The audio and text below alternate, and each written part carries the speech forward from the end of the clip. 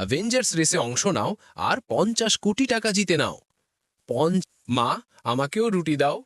অনেকক্ষণ ধরে ওই স্পাইডার খাচ্ছে। তুই কোনো কাজ করিস না, শুধু বসে বসে রুটি খা।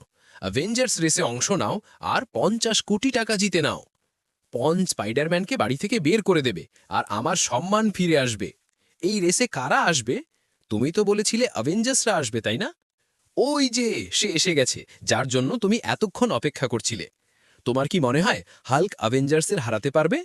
যদি সব গরিব মানুষ এই ভিডিওটা লাইক আর সাবস্ক্রাইব করে, তাহলে হাল্কও জিততে পারবে। তাই এখনই সাবস্ক্রাইব করো। 3, 2, 1, গো!